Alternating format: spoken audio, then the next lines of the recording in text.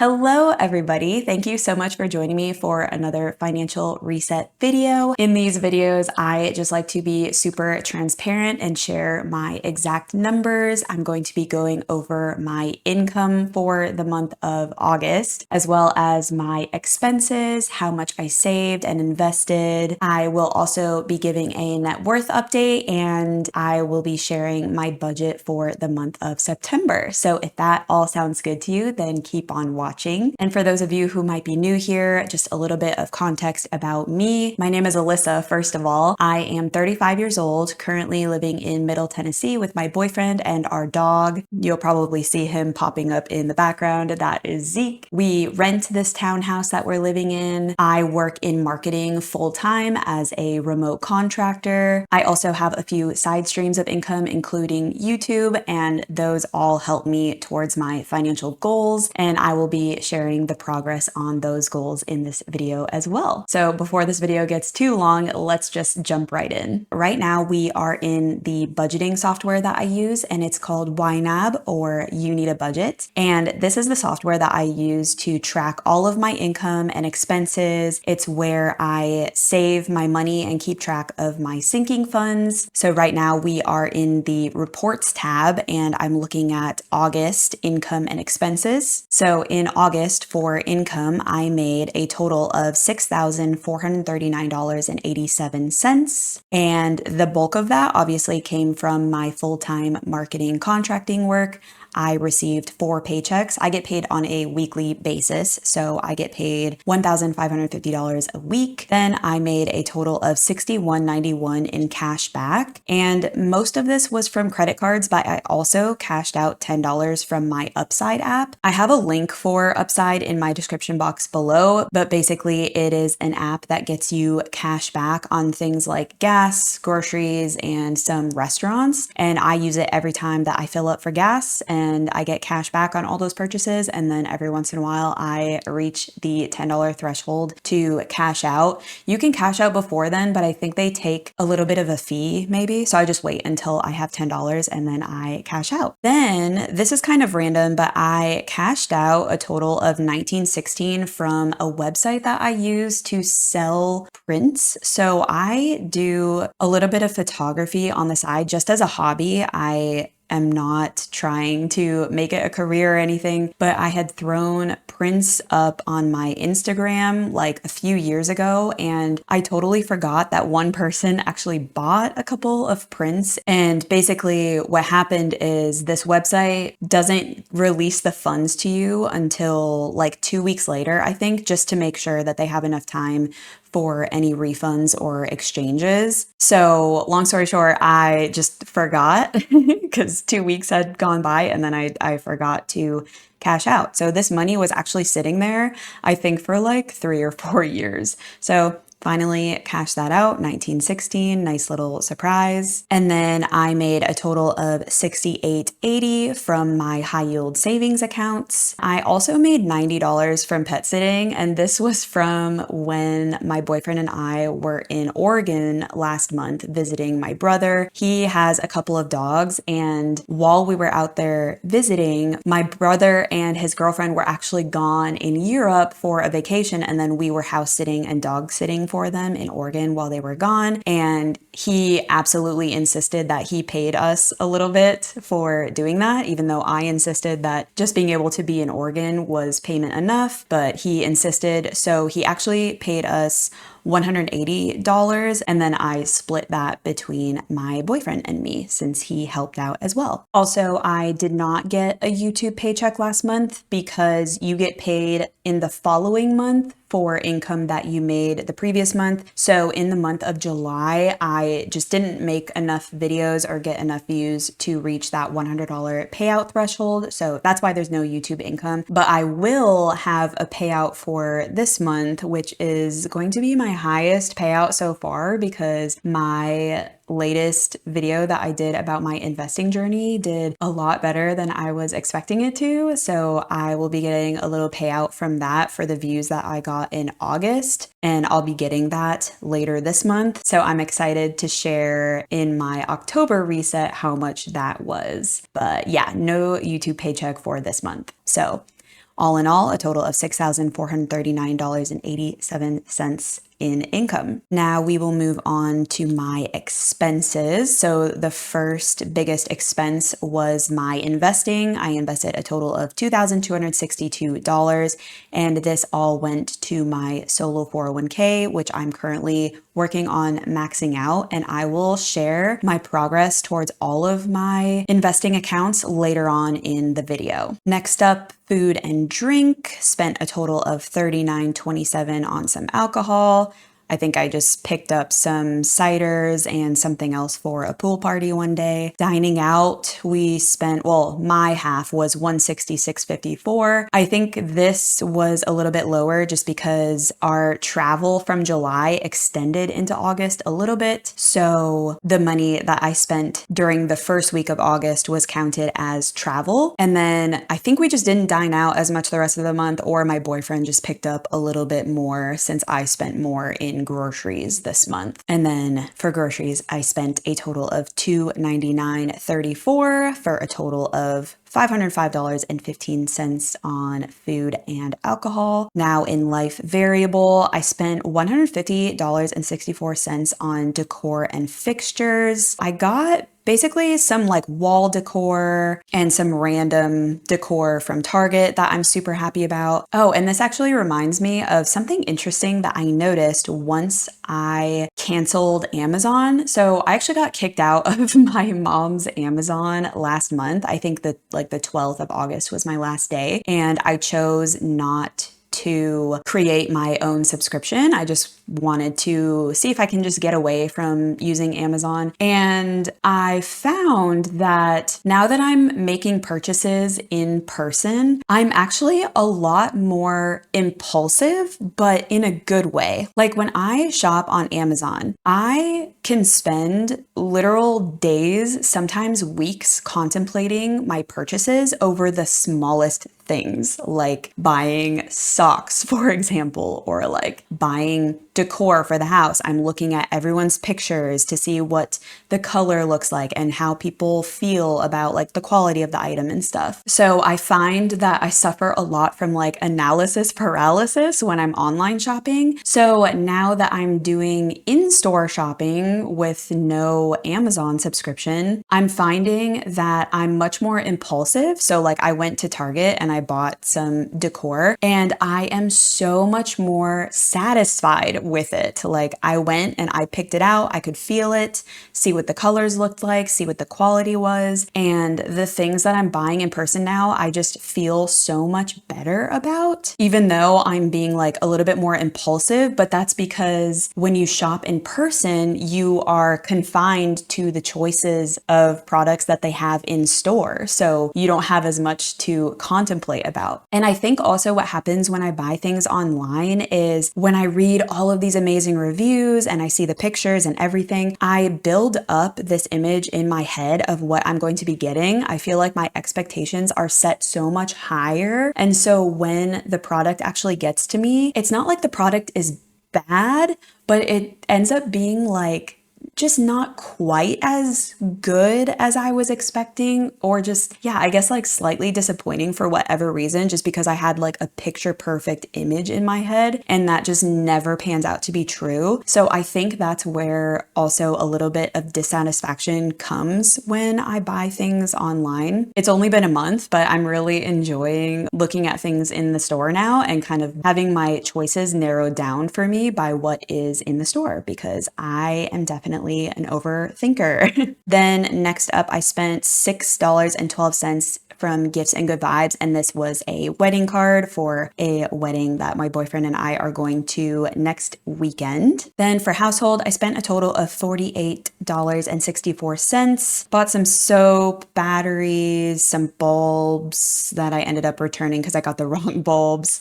So yeah, basically bulbs, batteries, paper plates, toothpaste, just boring household stuff. Next up, I spent $31.61 on personal care. So I bought some face wash before my Amazon subscription expired. I just wanted to stock up because I'm not sure if I'm going to continue buying this face wash or find a different face wash that I can purchase in person or like find this one online somewhere. I just wanted to go ahead and have some backups to buy me some time. Then my stuff and things category, this is what I categorize any physical object that I buy. So I spent a total of $190.11. Oh yes, so I had to, well, not had to, but like I wanted to replace my water bottle because I ended up leaving my water bottle at an airport in the bathroom, unfortunately. So I spent $32.69 at Sportsman's Warehouse on a Yeti water bottle. And then I also had to buy a new cold brew maker because I accidentally shattered my old one. So I bought a new one. Oh, and another thing that's happening from buying things in person and being more impulsive is that I'm finally buying things that I have been putting off for so long. So if you have been watching any of my videos for honestly the past like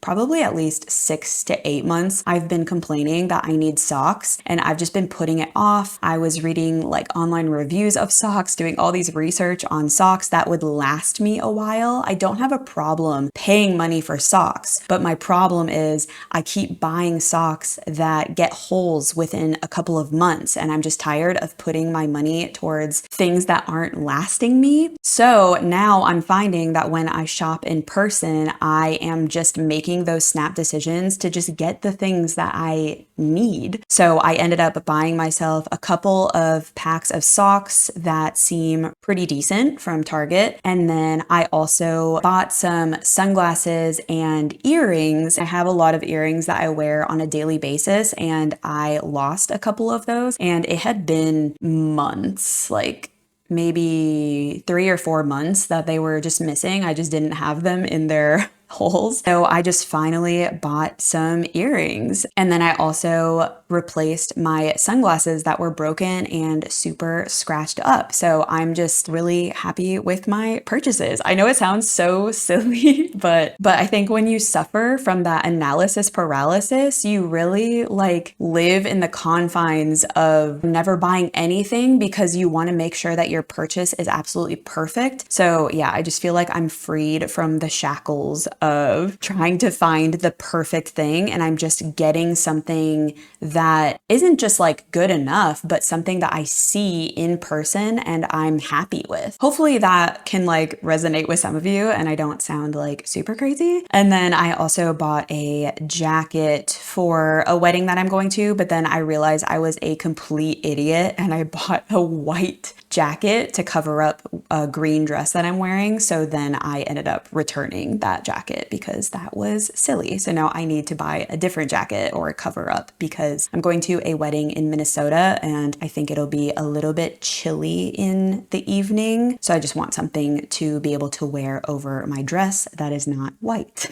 And then I also bought some glass straws and then a new mic that I am currently using for these videos. So hopefully the sound sounds a little bit better. And then I spent my usual $165 on therapy. And then I spent a total of $442.80 from the travel that carried over from July, as well as we booked a hotel to go to Minnesota later this month for that wedding. All in all, I spent a total of $1,034.92 on my life variable category group. Next up is Zeke the Freak. That's our dog. I spent $72.45 on grooming, which was a little bit higher than normal. I just completely messed up when the machine was asking me for how much to tip.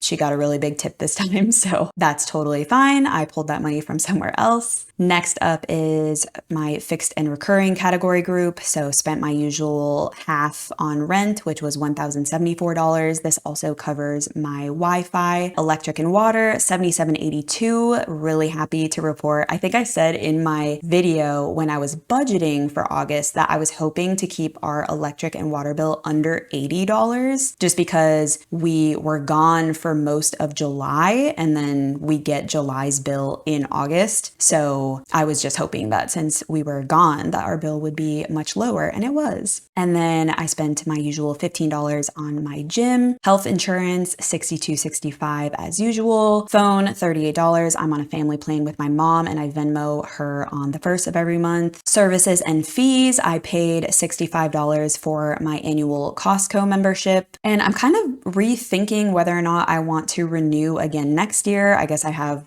pretty much another 11 months now to decide, but we're just not going to Costco as much. For now, I'm still going to budget for it, but we'll see what happens next year. And then for subscriptions, I spent $41.48. Oh yeah, so I also got kicked off of my mom's Netflix account because now you can't be on the same Netflix account if you are in a different household, which is kind of funny because we share a Hulu account, which I pay for, and then my mom uses. So I was able to use their Netflix, but now Netflix is a lot stricter. Hulu hasn't seemed to have implemented anything like that yet, so we're safe there. But yeah, anyway, so I subscribed to like the ad version of Netflix just so that we could watch that documentary about Amy Bradley. That was super interesting. We had started it on my mom's Netflix, and then we ended up getting kicked out, which I feel like Netflix did on purpose. Like they're like, you're in a different household, but we're gonna let you watch just enough of the show to get hooked and then want to buy your own subscription. So it worked on us, and that is totally fine. It was worth it. It was a good documentary. And then my normal monthly subscriptions of other streaming services and my Acorns brokerage that I pay $1 for. So all in all, total of $41.48 there for a total of $1,373.95 in my total fixed and recurring. Car expenses was a little bit more just because I paid my 6-month premium for my car insurance, and then I also paid $43.33 for a tank of gas. So a total of $431.87 spent on my car last month. And then this category group is for kind of like irregular inflows and outflows. So I did get $1.10 from a statement credit for a Chase offer that I redeemed for, what was this? We bought a pizza and I got like 5% back from Papa John's, I think. So that was an inflow to my credit card and lowered my credit card bill by $1.10. So my total expenses for the month were $5,679.24 for a net income of $760.63. And here we are in my financial goal tracker for 2025. This is not my spreadsheet. I purchased this spreadsheet from Leila here on YouTube, Personal Finance with Leila. If you're not subscribed to her, you absolutely should be. I love her videos. I will have a link for the spreadsheet down in the description box below if you're interested in purchasing it for yourself. So my first financial goal this year is to make $5,000 in extra income. So this is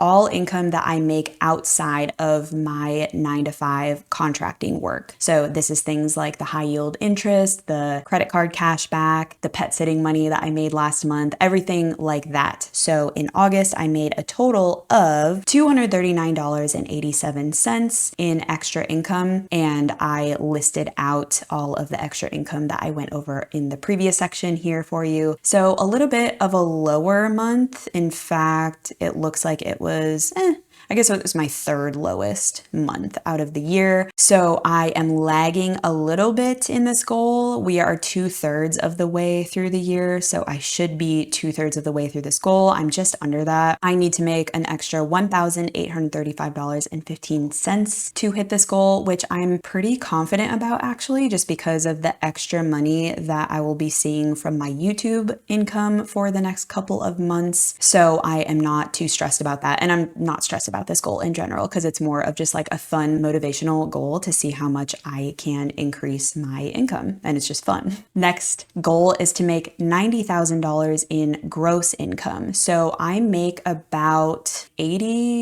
$82,000 or $83,000 a year from my marketing contracting work. So this $90,000 of gross income is my contracting work plus my extra income. So I made this goal just a little bit higher than what I make from my marketing contracting work plus the extra income. Both of those would come out to maybe like $87,000 or $88,000 by the end of the year. So it's just kind of a stretch goal to see if I can make, maybe a little bit more than $5,000 in extra income or make more from my contracting work. So in August, like I said in the previous section, I made a total of $6,439.87. Again, a little bit behind on this goal. I should be more like 66% of the way. I have made almost $56,000 this year. So I'm completely happy with that. Again, this is more of a stretch goal, and I still feel like there's a chance that I could make this happen by the end of the year. And I think a big help will come from that YouTube income, like I was talking about. So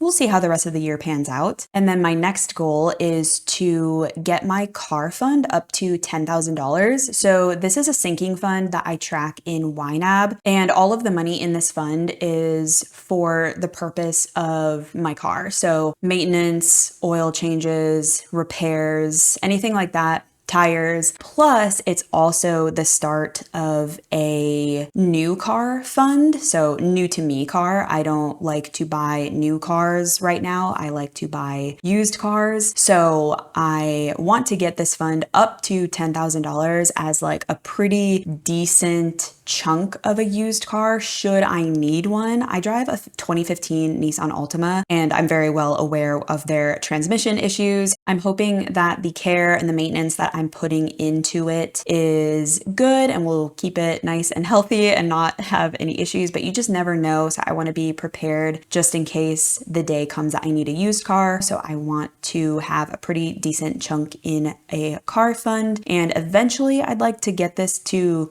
like $15,000, but as far as this year, I would be super happy just to get that up to $10,000. So to do that, I am contributing $200 a month. I think I'm going to be like $300 shy by the time I get to December, but between September and December, I have 5 paychecks each of those months. So I'm hoping that between those 2 paychecks, I can put a little bit extra towards this goal and hit the $10,000 by the end of the year. And then my next goal this year is to invest $45,000. So in the month of August, I invested a total of $2,262. So again, I'm slightly behind on this goal. So far, year to date, I have invested $28,503. So I am just shy of $16,500 left that I need to invest to hit this goal. I'm very, very confident, like 100% confident that I will hit $40,000, which I would be super happy with. And then 45,000 is just more of like a stretch motivational goal. And again, depending on the extra income that I make this year, I may still be able to at least get pretty close to this goal, like get over 40,000 and get pretty close to 45,000, but we will see. I haven't lost hope yet, and we're still looking pretty good. We're not too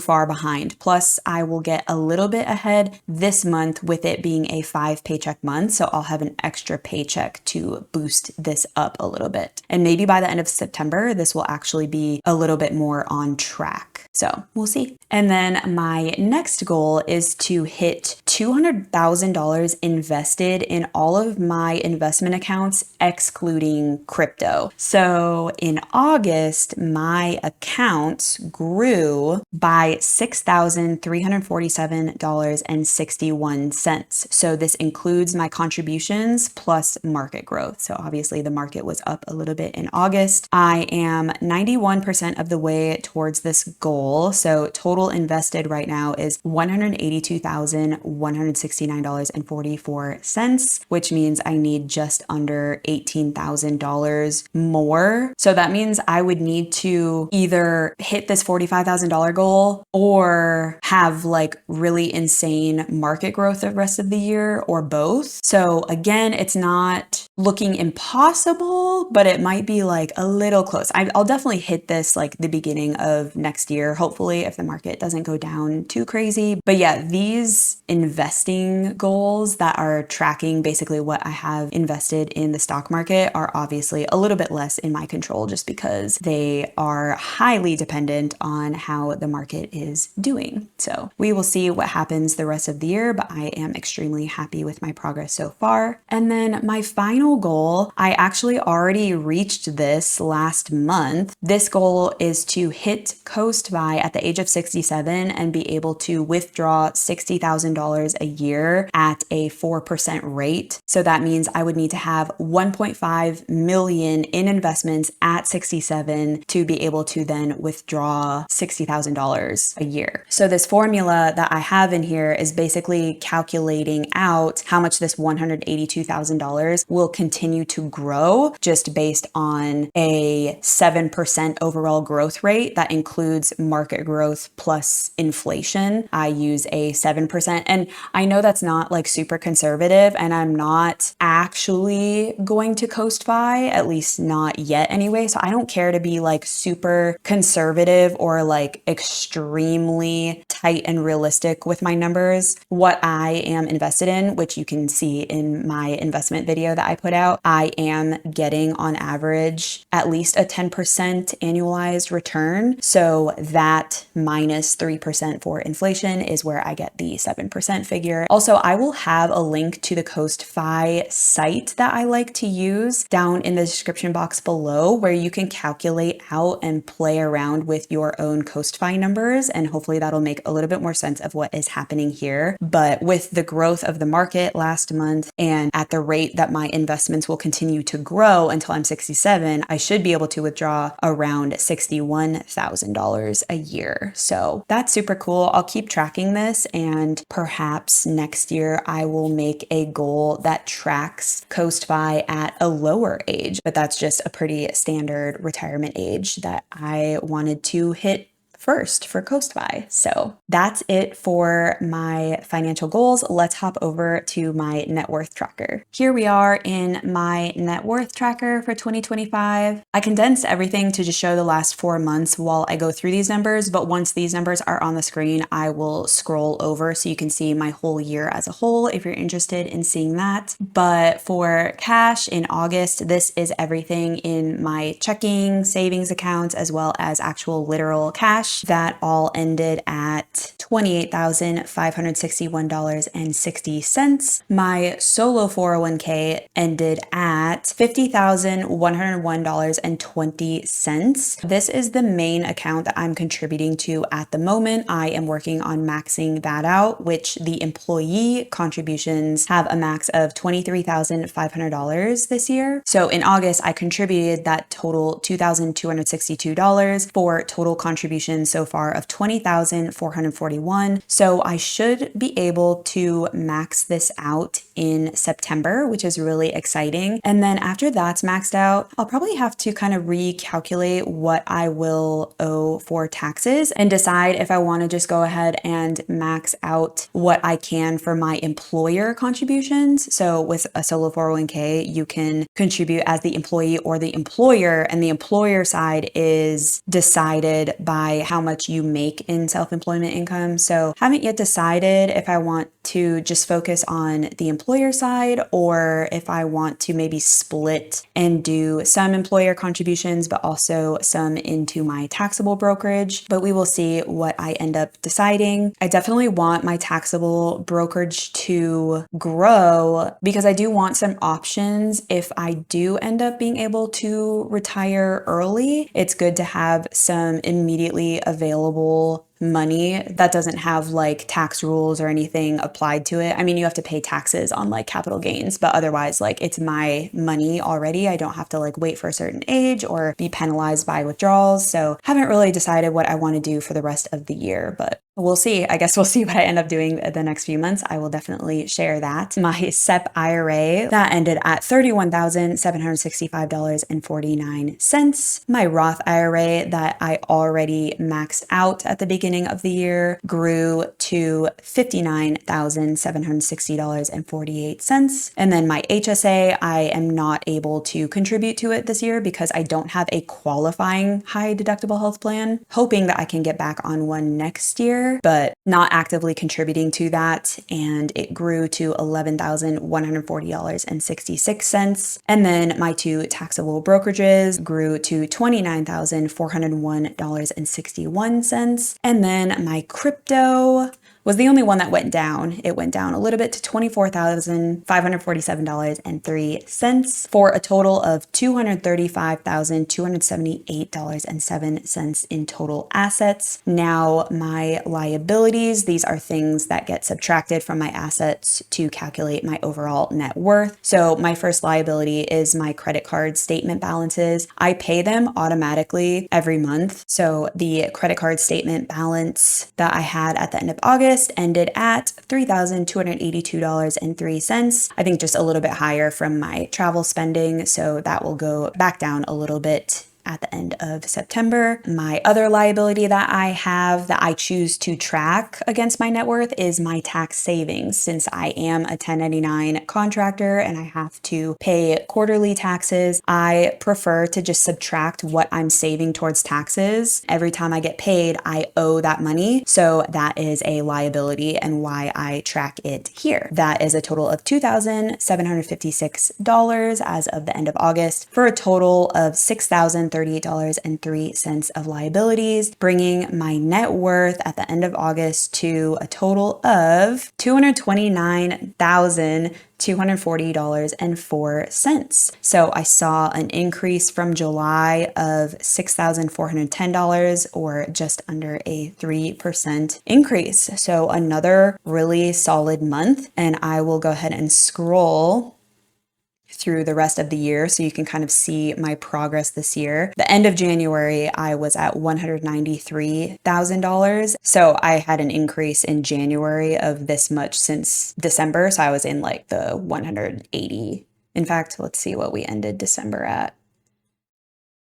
December, ended at 187,000. So this is calculating that I was up about $6,500 in January. So since January 1st, my net worth has increased by over $42,000, which is pretty awesome.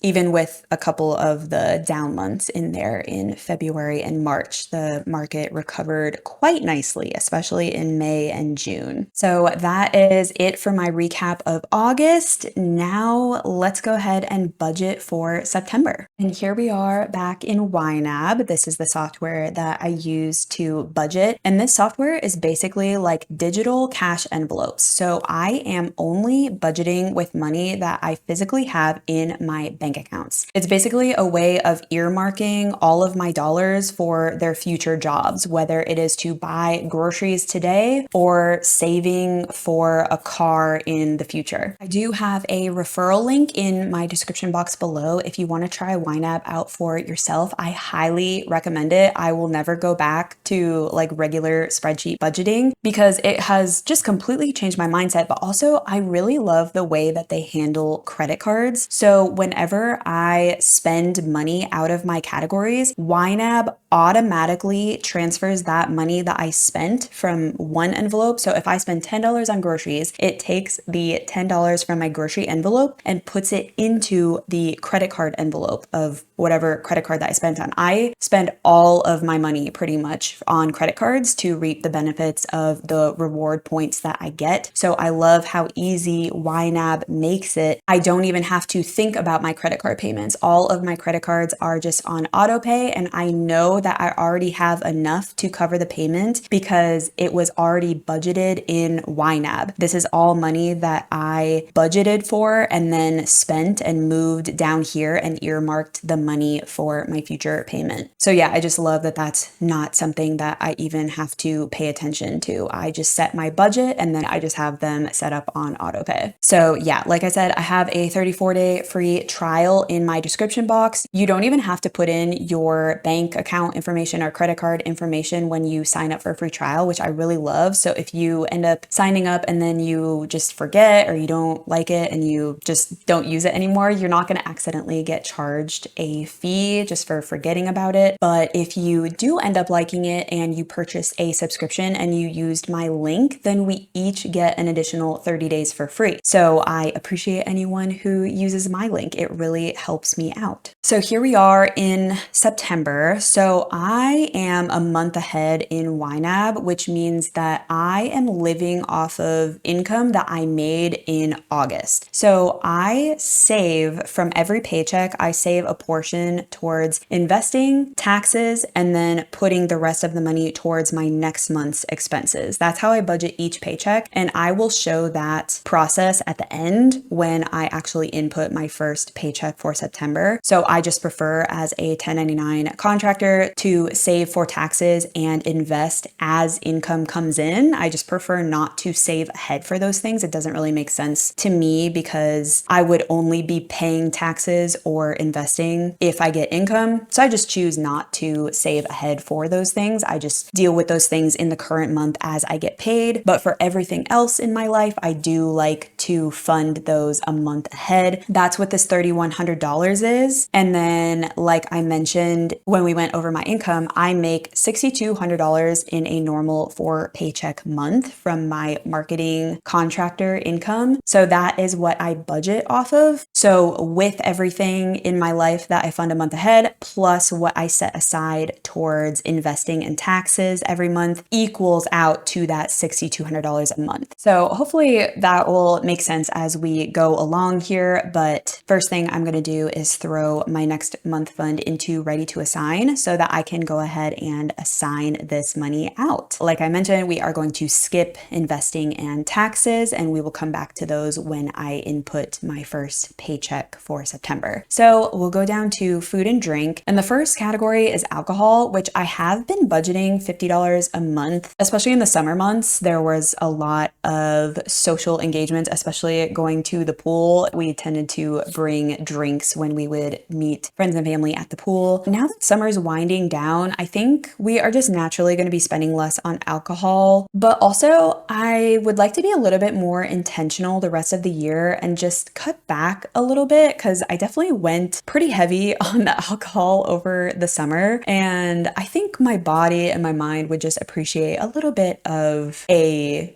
detox, if you will. I think for this month, I'm actually going to budget $0 towards this category. And then in future months, I may just allow myself to buy like a $25 bottle of wine for the month, maybe. Not really sure, but I know for this month, I'm just going to skip it entirely and just kind of take a break on the alcohol this month because I actually need to put that $50 elsewhere towards another category that I don't have enough budgeted for yet. And that is my Google storage payment, $110 for that. And right now in my subscriptions, I only have $29.49, plus I'm going to put my normal $50 in there. But yeah, still going to be a little bit short for that. So for now, we are going to snooze the alcohol target. And I'm going to throw that $50 into subscriptions. Well, and then I might as well also put the original $50 that I budget towards subscriptions in there. So now there's an extra $50. I'm still a little bit short. I will also need an additional like $32 or $33. So I'll have to beef that up a little bit from a different category, but we'll come back to that. Going to budget the normal $225 towards dining out. That's fine. $300 for groceries. And this is all my half of the expenses for food and drink. I split these with my boyfriend friend Tyler. So this is just my half. Supplements, $25. This is more of a sinking fund. I use this category to buy creatine powder, protein powder, vitamins, and then I also buy like melatonin, things like that. That is what this category is for. And then moving on to my life variable expenses. The first one is decor and fixtures. Put my $35 towards that. Gifts and good vibes gets its normal $100. We do have 2 weddings this month. And then I have one birthday coming up in November, and then Christmas, which I'm still unsure of Christmas this year. I just found out that my family is going to be having Christmas in a different state. We all live in different states, basically. I'm the only person right now that lives in the same state as my parents, but it's not our home state. Our home state is actually Minnesota. So that's where another one of my family members lives. And then I also have another family member in Oregon and another one in Texas. So I just found out that we are going to be having Christmas in Minnesota, but I'm just not sure that my boyfriend and I will be able to make that work to go up this year just because of all the other travel that we're doing. And I think we'd end up having to get like a hotel or something because there's just no room for all of us to be staying at one house. So maybe we could kind of figure out like an Airbnb situation, but I'm not sure. So my boyfriend and I may end up just staying in Tennessee for Christmas and celebrating with his family. And if we do that, then I will probably not need as much for gifts this year, but I think I'll just kind of decide that come November or December once we finalize our plans and know what's going on. But for now, $100 a month towards this should be fine. And then household will get its normal $45 for things like toilet paper, paper towels, cleaning supplies, etc. Medical, this is like a sinking fund for medical expenses, going to the doctor, things that aren't covered by insurance. And I am contributing to this actively because at the end of this year, when open enrollment happens for marketplace insurance, I will need to switch my insurance because my insurance is starting to be dropped by a lot of providers around me. The providers are just not happy with what insurance is compensating for their services. So they're just dropping that insurance. And then I am just left with no one being able to take my insurance. So I'm going to go ahead and switch insurance to one that is more accepted by providers around me. Also, I'm going to be doing that because I foresee some medical expenses next year. I definitely need to go back to the ENT and figure out what is going on with my sinuses. I did have a surgery a couple years ago that they promised me up and down that I would be one of those patients that would just need one surgery and they would never have to see me again. Everything was solved, but I don't think that's panning out to be true. Unfortunately, I think things are just continually getting worse and I feel like I'm pretty much back to where I started pre-surgery. So I think I just need to go back and see what's going on and see what my options are. And that's not cheap. So that's what that fund is building up for. And then personal care will get its normal $25. I may, maybe next month when I'm budgeting less for alcohol, maybe I'll drop alcohol to 25 and then beef this up another 25. We'll see. We'll see what I end up doing. Or maybe I'll lower my entertainment category because this is going to be building up for the rest of the year. I don't really foresee us doing much for entertainment now that summer is coming to an end or basically over. For now, we'll throw the $75 in there, but maybe I'll end up lowering that to like 50 as well and just kind of let it build up a little bit slower so that I can have it for next year for like big ticket items. It'd be cool to go to like a couple concerts because we didn't do that this year, but we'll just leave that there for now. And then stuff and things, put my normal $35 in there for any random thing that I may want to buy. And then I do need my $165 for my therapy appointment later this month. And then travel, I don't currently fund. This is more of a tracking category so that my travel expenses show up under my life variable on reports. And for the longest time, I preferred to save for bigger expenses like travel in a separate, more like hidden category that I didn't need to look at all the time. I think in the coming months or in the new year, I'm going to get away from like those separate savings categories and just have everything out in the open on my budget because I'm kind of over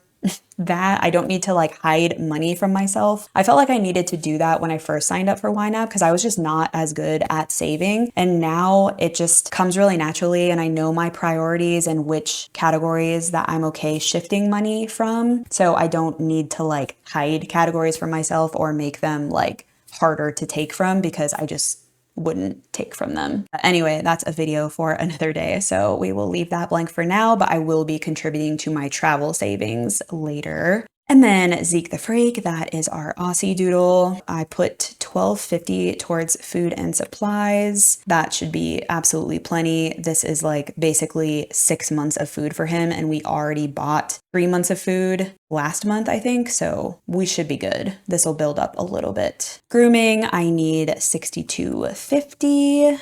And hopefully I tip right this time so I don't need to steal money from a different category to cover that. Training, we are skipping for now, and then his vet fund gets $25 to build that up a little bit. Okay, this looks a little weird just because it's already past the first of the month. So I have a couple of automatic scheduled transactions that come out in YNAB. One of them is my rent, and then the other one is my phone bill that I automatically send my mom. So I can throw my half of rent in there, and then my boyfriend already paid me his half. And the way that I do that in YNAB, since we split rent 50-50, is I split the rent transaction. So our rent is like $2,000 whatever, and then my half, each of our halves is $1,074. So I split the $2,000 transaction into one of them is my rent, and then one is a reimbursement. And then when my boyfriend pays me his half, it just evens out my reimbursement category. So you can see that down here. I had his half sitting in this category that went towards rent. And then that way on reports, it just shows up as what I am paying for rent is like actually just my half and not like the full amount, if that makes sense. And then electric and water, I've been budgeting 110, but now I have like a lot more of a buffer in this category. So actually I could probably take from this category as well for my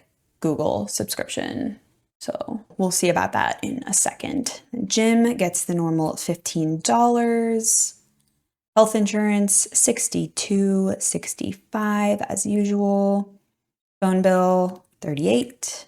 Services and fees, this is things like that Costco renewal. Ooh, I need to change that to $65 because it went up this year.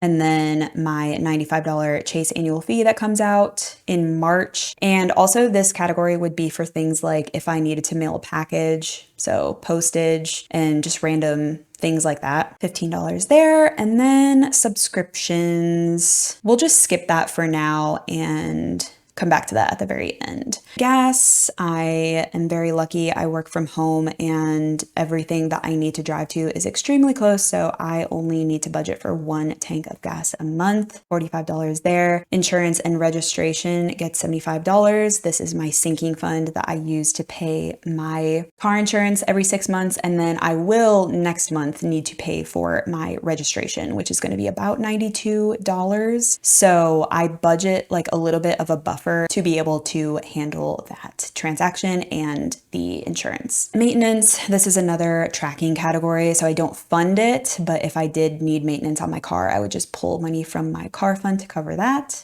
And now my savings categories, or my banana stand. That is an Arrested Development reference if you're not familiar. But the first one here is my adventures category. So that's for trips and travel. That gets $100 there. My car fund gets its normal $200. And then my compassion category, I am putting away $100 a month to make a yearly donation come either November or December, when a lot of organizations will do really generous matching events. So that is what that money is for. And then my sock fund, it's not literally just for socks, it's also for clothing, which I will need to buy a dress for one of the weddings that I'm going to. It's a really good thing that I rewrote read the invitations because one of the weddings that I'm going to is a formal wedding, which I did not catch the original time that I read the invitation, and I do not have anything formal. So I need to go buy a formal dress. I had a look at a couple of them in a store nearby, and it looks like I'm going to be spending about $100 to $110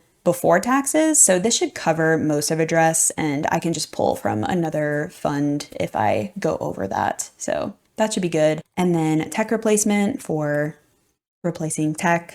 If I break my phone or need a new laptop or something, that's what this fund is saving up for. And then this fund, this is another Arrested Development reference, but this is just my normal like income replacement fund, my emergency fund, if you will. And that is it for the budget. I guess I still budget 35 cents less than what I make. And that's just because my health insurance costs $62.65. So it's not an even number. So I'm left with this extra 35 cents at the end of the month. I'll go ahead and just throw that into subscriptions. Oh, you know what? I actually have I have YouTube Premium coming up in December as well. So I'm going to have to put a little bit extra money from either this month's extra paycheck or December's extra paycheck to be able to cover that expense. But let's see what we can do here. So yeah, let's take some from electric and water.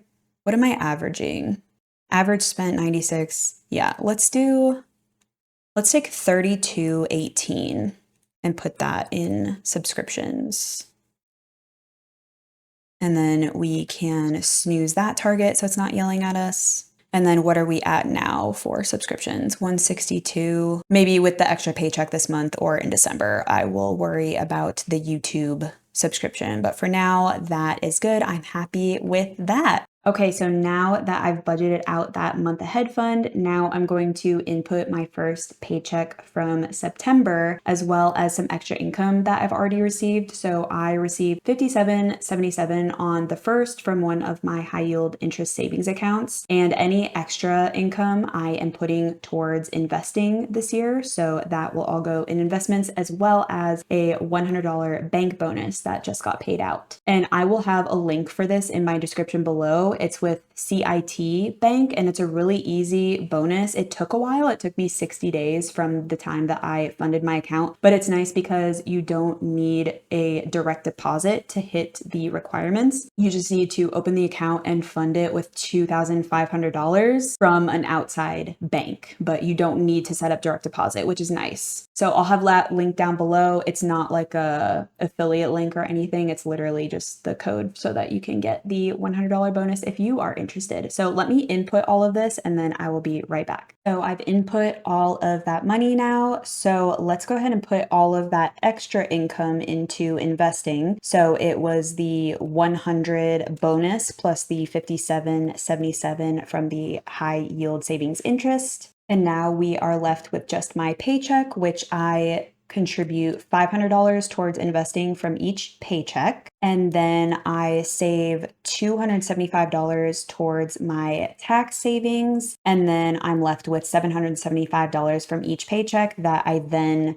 replenish into my next month fund. And then after 4 paychecks, that will be full again for next month. So that is it for this one. I really hope you enjoyed the video. Thank you for sticking around to the very end. If you did, don't forget to subscribe and give this video a like if you liked it. And I will catch you guys in the next one. All right, bye.